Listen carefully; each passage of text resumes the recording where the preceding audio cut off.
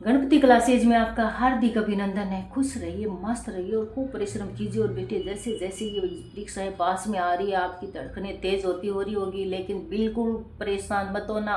आप अपने कर्म पे ध्यान दीजिए, मेहनत 101% कीजिए। और हमने मोटिवेशनल वीडियो सेंड किया था, आप उसको भी एक बार देख सकते हैं, क्योंकि आप अपने कर्म पे ध्यान दीजिए। कहते हैं ना कि अपने क्या कर सकते हैं, अपन कर्म कर सकते हैं, अच्छा कर्म। कर्म भी कौन सा? आदर्श कर्म, मेहनत वाला। और फिर ऊपर वाले पे छोड़ दो, अच्छा ही फल मिलेगा, हमेशा अच्छा ही मिलेगा।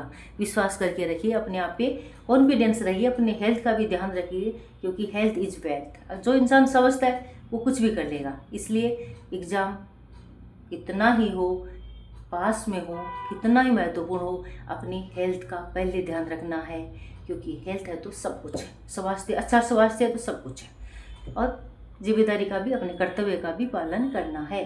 तो अब हम जो प्रयोग के आधार पे शब्दों के भेद है, पहले हमने किसके आधार पे पढ़ लिया? उत्पत्ति के आधार पे, फिर रचना के आधार पे, और अब किसके आधार पे? प्रयोग के आधार पर शब्दों के भेद। तो कितने भेद होते हैं प्रयोग के आधार पे? 2 भेद होते हैं। कितने? 2। विकारी शब्द, अविकारी शब्द। विकारी शब्द क्या होता है? विकारी यानी विकार, जिसमें परिवर्तन संभव है। जिसमें क्या है? परिवर्तन संभव है। जिन शब्दों में लिंग, वचन, कारक एवं काल आदि के कारण परिवर्तन होता है, यानी परिवर्तन संभव है, उन्हें क्या कहते हैं? विकारी शब्द कहते हैं। जैसे संज्ञा, सर्वनाम, विशेषण और क्रिया, ये विकारी है। यानी संज्ञा की जितने भी है वो विकारी में आते हैं, सर्वनाम के वो भी विकारी में आते हैं, विशेषण के शब्द हैं वो भी विकारी में आते हैं, और क्रिया के अंतर्गत आने वाले वो भी विकारी में आते हैं। तो ये कितना सरल है, यानी विकार यानी जिसमें परिवर्तन संभव है। अविकारी ओब्लिक अव्यय शब्द, अव्यय यानी परिवर्तन संभव नहीं है, अविकारी यानी जिसमें परिवर्तन संभव नहीं है। जिन शब्दों में वचन, लिंग, कारक एवं काल आदि के कारण परिवर्तन नहीं होता है, उन्हें क्या कहते हैं? अविकारी शब्द कहते हैं। अब देखिए अविकारी शब्द कौन कौन से होते हैं? क्रिया विशेषण, समुच्चय बोधक, संबंध बोधक और विस्मयादि बोधक। अब कभी क्या होता है, कभी ये बोलते हैं ना संज्ञा, सर्वनाम, क्रिया विशेषण। अब कभी भी आप ये जो इनका उच्चारण करो या लिखो तो क्रिया और विशेषण लिखना। अगर आपने क्रिया विशेषण साथ में लिख दिया तो ये इधर आ जाएगा, ये अविकारी में माना जाएगा फिर। इसलिए क्या करना है?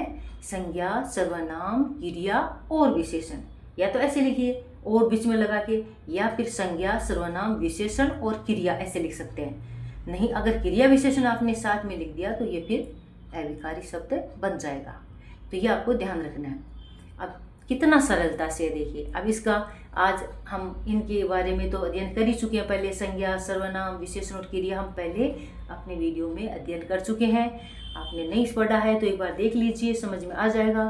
अब हम नेक्स्ट टाइम जब ये 4 इसके भेद हो जाएंगे, किसके? शब्द के, फिर उसके बाद में हम ये पढ़ेंगे अविकारी शब्द ओब्लिक अव्यय, क्रिया विशेषण, समुच्चय बोधक, संबंध बोधक और विस्मयादि बोधक, ये अध्ययन करेंगे। कब? जब इसके शब्दों के जो भेद है ना 4 प्रकार से जो हो रहे हैं वो कंप्लीट होने के बाद में हम इन सबको अविकारी शब्दों का अलग से अध्ययन करेंगे। इन सब का हो चुका है, इन सब का अध्ययन कर चुके हैं। जिन्होंने भी ये वीडियो नहीं देखे हैं वो एक बार ज़रूर देखें और समझें। वीडियो देखने के लिए, समझने के लिए, आत्मसात करने के लिए थैंक यू सो मच।